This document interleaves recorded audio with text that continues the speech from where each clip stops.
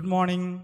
Welcome to this Mandir Recollection talk series. This is the seventh one, and we are having this time the topic religious life, faces and faces.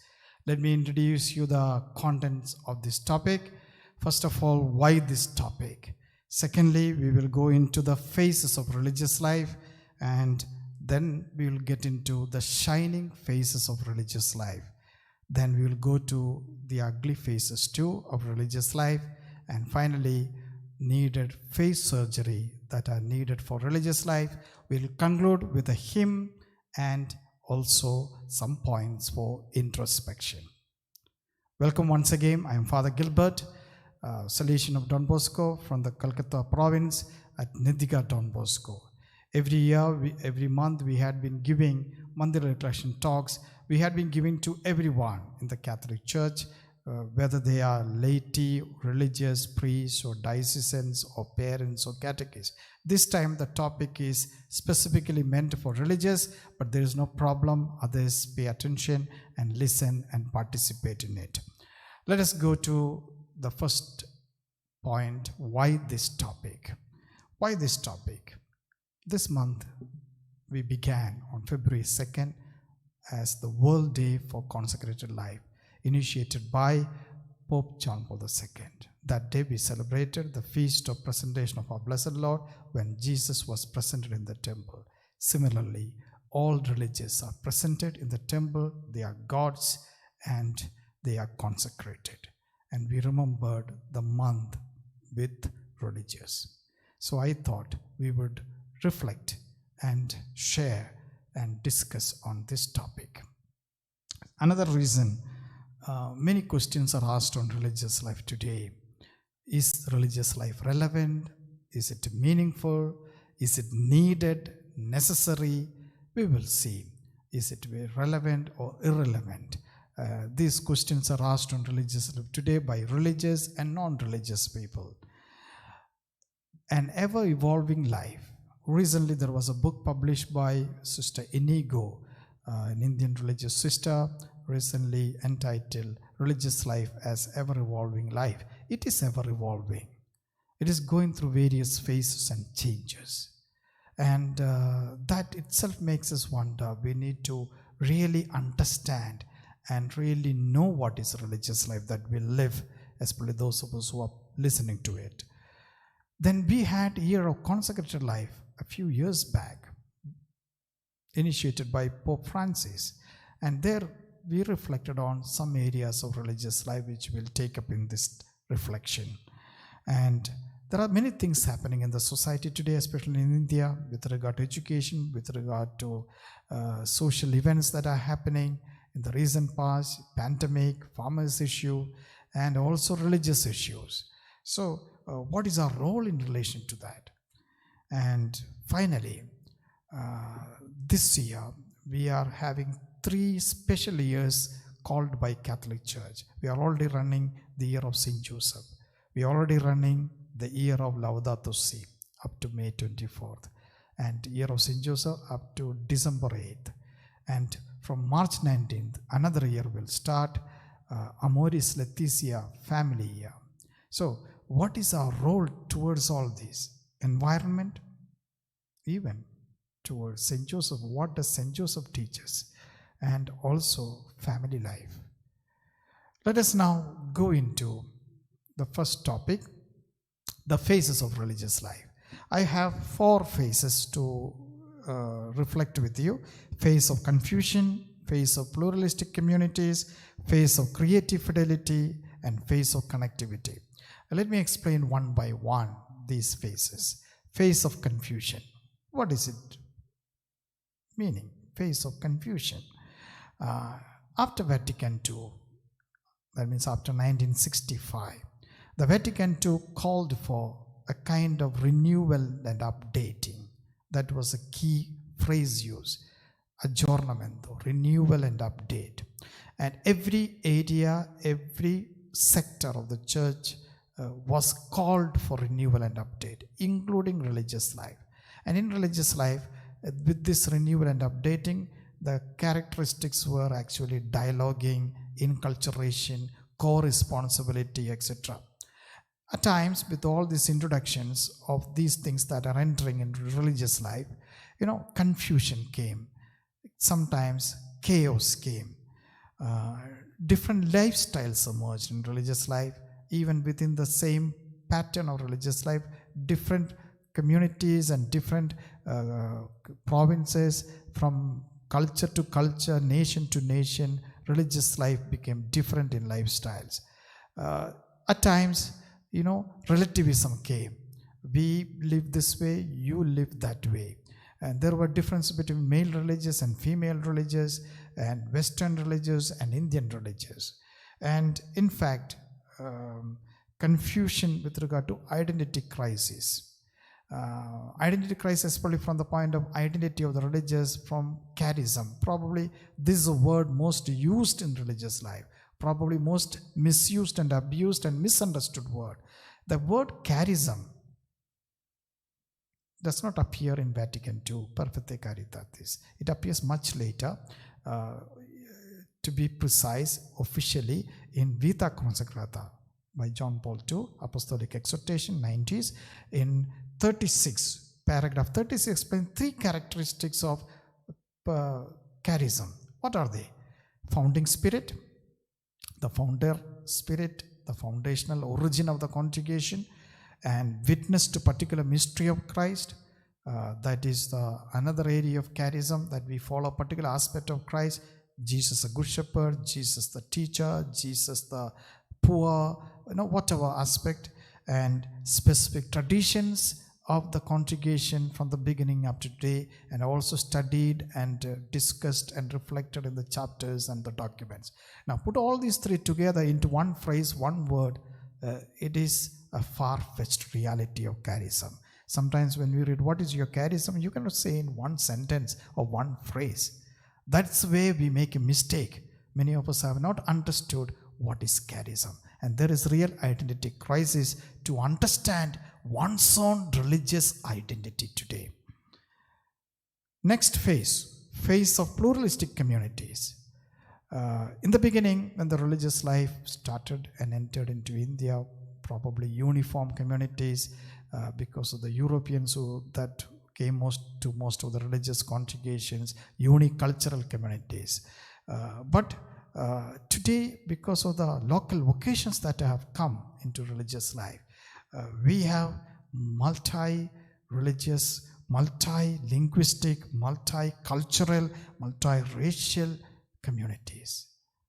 It's good. We could learn from each other. It is a rich experience to live together to varieties of entities and varieties of persons coming from various backgrounds, because India is a melting pot of many cultures and languages and many ethos. And when in a community, even though they are from single language, there are varieties inside. That's an asset. At the same time, it can be a defect. And both are happening in the present phase of religious life. Next phase of creative fidelity. This was introduced by Vita Consecrata by John Paul II as a new way of being religious. What is creative fidelity? Creative fidelity is a kind of balance between tradition and innovation, or let's say faithfulness to the origin and also to the signs of the times. Now, how to balance between live according to the signs of the time, at the same time faithful to the origin and the tradition of the religious life conjugation. And that is a tough task. In fact, a kind of balance, try to reflect on this little later in 2004 by the major superiors in Rome in a conference entitled Passion for Christ and Passion for Humanity. The passion for Christ, the contemplative dimension of religious life, passion for humanity, active life, the pastoral phase of religious life. Now, to balance this, again, it was a tough task. Sometimes we focus on one area of this and we miss the other. So, this balancing can lead and led also to chaos and confusion, sometimes to wrong ends at times. So, this balancing act is still a theory in most of our religious life even today. The perfect balance we have never achieved, though it is a call given by Pope John Paul II in Vita Consacrata. Next phase of connectivity. Probably this is the present need of connectivity. The connectivity, because of the advent of digital technology that we have, and because of that we have easy communication, faster communication, and everything we can think of to achieve connectivity with all people within and outside. Now, this communication has done a lot of good, at times harms. Some of the issues with regard to this connectivity that we have gone through in this recent past. In many religious congregations, sometimes this connectivity, this technology rests with a few in the religious communities. Let's say elite religious of the community, not with all. Fundamental right to communication sometimes does not exist with everyone, or the technology of this communication does not exist with everyone. Another issue, because of the faster communication, easy communication, internal matters, internal incidents are known in the town today. Everybody knows what is happening in religious life because of the social media, good and bad. There are abuses and misuses of this technology in religious life, and also the biggest problem, the digital gap, the generation gap of this digital gap, let's say. There is a digital gap between digital natives who are present day candidates or novices or juniors, and the digital immigrants who are not born into digital world but later entered into the digital world like seniors and so-called 50 plus, 60 plus, 70 plus people. And between these two people, these two groups, there is a digital divide that is experienced in many religious congregations and communities. So these are the few issues of connectivity. Now let us go to the shining phases of religious life.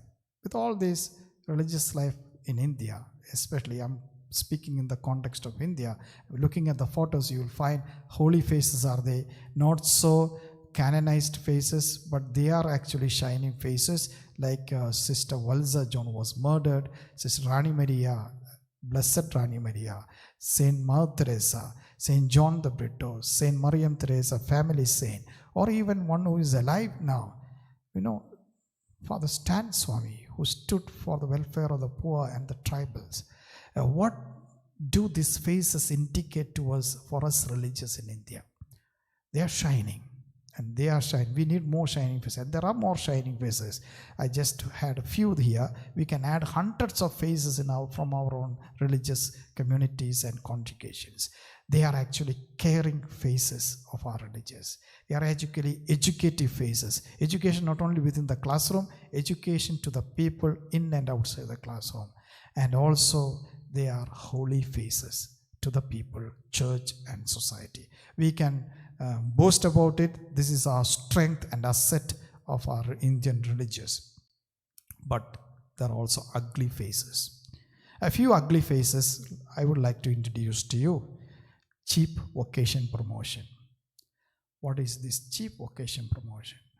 Cheap vocation promotion without proper discernment and youth ministry. Vita Consacrata and Christus Vivit both say that if you really want to promote vocations among the young, the vocation promotion should have youth ministry.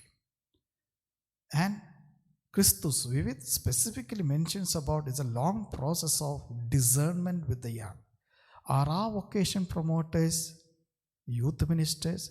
Do they really do vocational discernment with the young, or just grabbing and catching and having vocations within our religious life?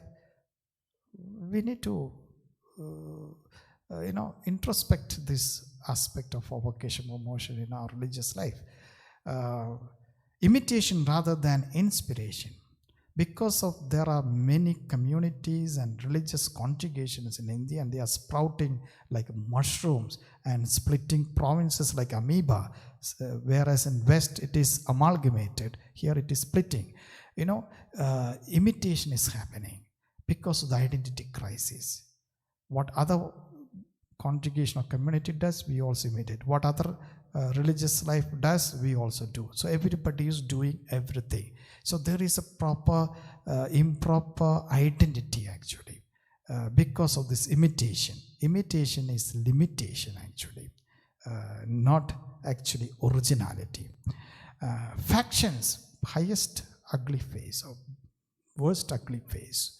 There are groupisms in our religious life because of the multi-linguistic and cultural factions and divisions and identities. We are divided. We are not able to relate healthy way with each other because the language difference, cultural difference, ethnic differences, instead of becoming an asset, it is becoming defect. Congregations and communities and provinces are divided according to the caste system, or even according to the language or the cultural background of the people. And sometimes there are divisions within the community because of this. It's an evil that is existing in Indian religious. Maturity level, are we really mature compared to the people outside? Are we really responsible people? Are we really behaving like people outside in a mature way? Sometimes we can behave like kids. We can laugh but can be empty laughters. We can sing and dance sometimes to the tunes of nursery rhymes. Sometimes we may project an immature face to the people outside in our dealings with them. Habrias quaesium, another ugly face. It is mentioned by Pope Francis in Evangelii Gaudium, a Spanish word, which he tried to explain. He says, it is a kind of tendency and trend among the church people today, attending seminars and courses and meetings, and nothing happens after that. In that connection, in our own religious life, we become desktop religious. The word used desktop by Pope Francis. It is not translated into action, into the lives of the people. We do not enter into their lives. It remains only book and documents, like chapters we conduct, amount of time and energy we spend for that, even money, finally to condensed into desktop effect, a document. What is net effect of all that we go through in life? So are we really entering into the lives of the people? If we enter into the lives of the people, we will become dirty religious, as Francis says, wounded religious, smelling religious with the smell of the sheep, smell of the people. Do we have that? So that is another phase. Ugly faces, if you look at the sins of the religious. I was looking at the social sins explained by Mahatma Gandhi. He explains 7 social sins in the society today. Politics without principles, wealth without work, pleasure without conscience, knowledge without character, commerce without morality, science without humanity, worship without sacrifice. If you look at these social sins and same pattern, religious sins, what could be the sins we religious commit? I try to think in that way, and I identify 7 religious vices in the same pattern of Mahatma Gandhi identified. Which are the seven religious vices? Prayer without prayerfulness. We have prayers, we say prayers, we have several moments of prayer, but the question that we need to ask, are we really praying? It is not the amount of time you spend in the church, amount of prayers you say, but are we prayerful? Sometime I have heard in religious meetings, one of the complaints religious superiors say, prayer life is poor among the religious today. But the counter question I would ask, are we having too many prayers? Are they really relishing prayer or persecuting them with the piety and prayers? That's a question we need to ask. We need to relish the company of the Lord, enjoy being with the Lord, instead of bombarding with many moments of prayers. That is why, are we really prayerful? Not prayers, prayerful. Next, wealth without, poverty without authenticity. We may be poor, we take vow of poor, but are we really authentic and sincere in our dealings with our material things and the things that we have, especially with regard to money? Then with regard to property, land, the facilities, the building, are we really making use of everything, or waste of resources?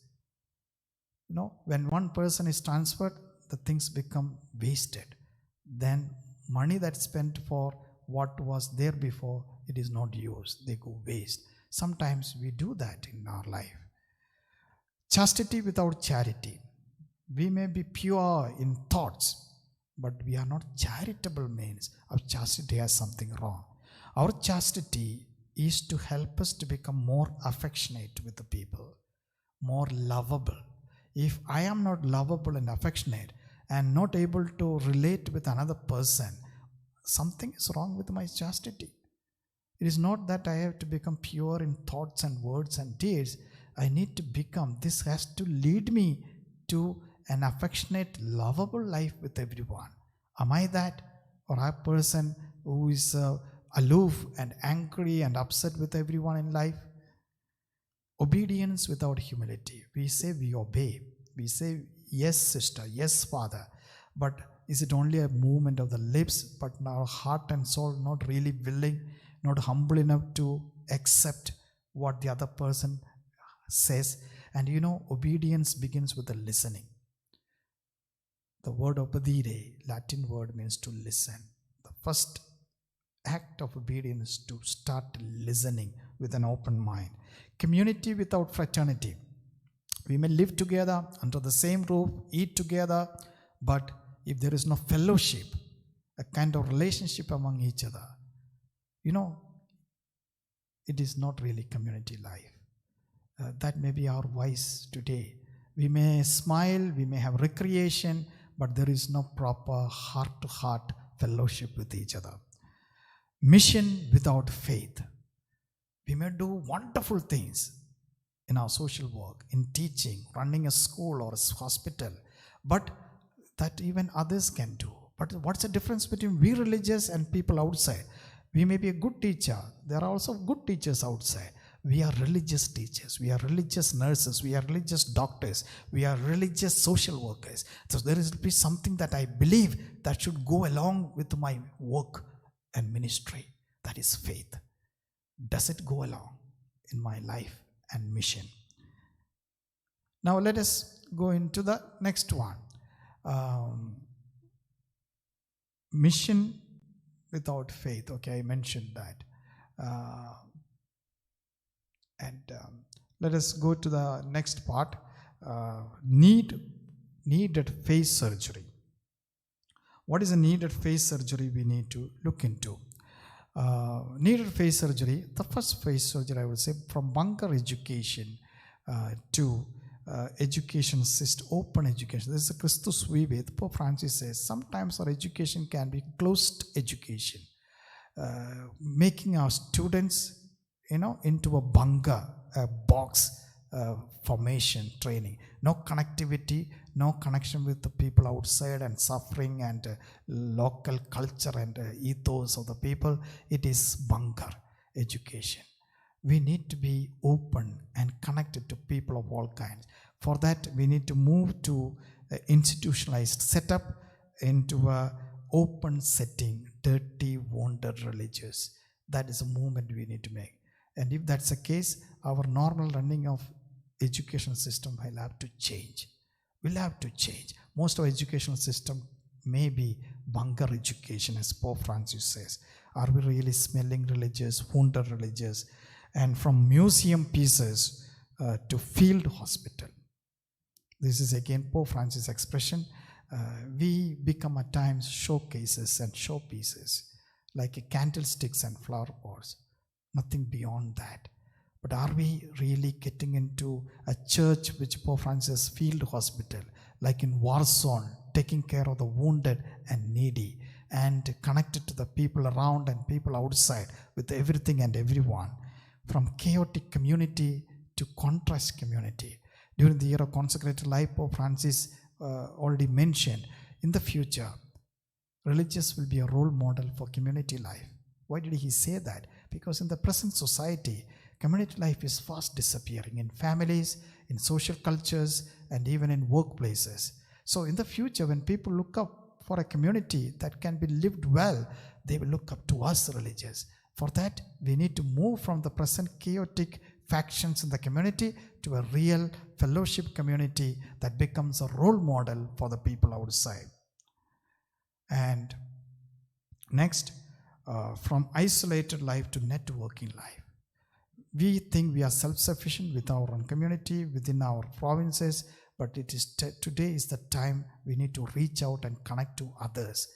Not only people outside, even with other church organizations, religious movements, other religious congregations, in formation and mission. So we need to work together, and that working together brings us together to have a single face to the people outside. Instead of dividing and living and ruling and working, we network together and live together. This is the future of religious life, I would say. Religious, without losing their unique identity, we work in collaboration with other organizations and other religious congregations, whether in formation or in mission. And finally, from God talk to God experience. Today people want witnesses who live God. The 2,000-year-old story which become reality today through each one of us, through you and me. So we are the ones who bring that God who lived 2,000 years back alive. That God with a human face comes alive through our human face, through living that Christ today. And that Christ can be lived by living with the people with an open mind and heart, and living that story alive, making it relevant and meaningful to each one of us. And that is God experienced people and witnessing to that life that lived 2,000 years back. I conclude with a hymn meant for all of us religious, a song for the religious, to make the old story new, the old story of Jesus, make it new today, to make the religious life relevant, to be wounded and dirty leaders, to continue the mission he started. We'll conclude with this hymn.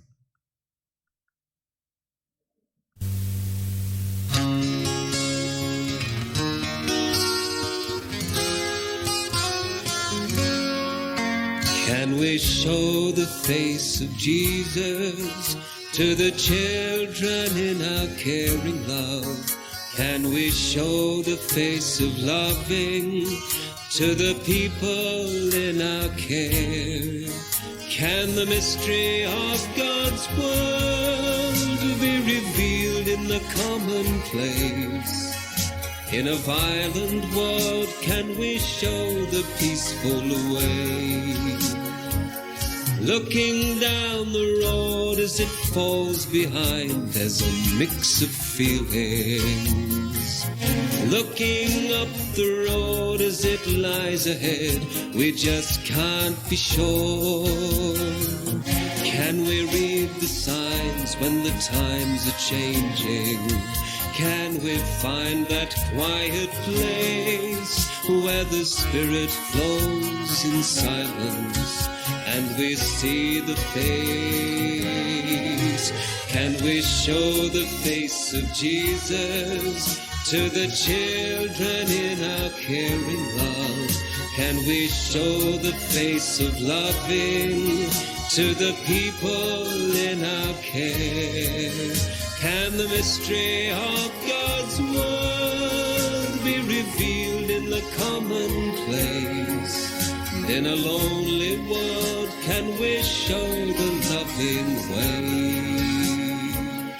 It's uncertain times, diseases rage, the bombs are waiting.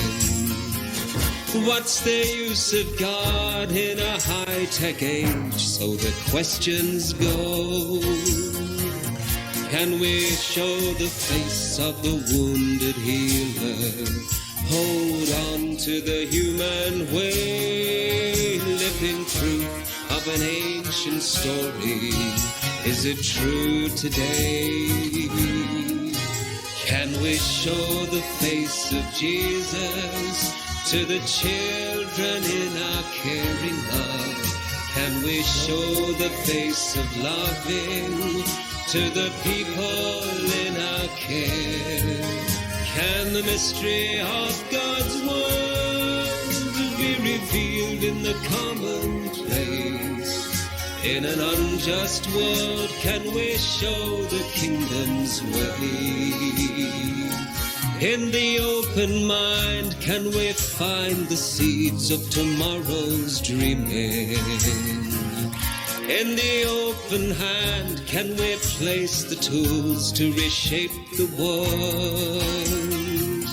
Can we show the face of the fragile leader, bring the good news to the poor, leave behind the bonds of privilege at the narrow door?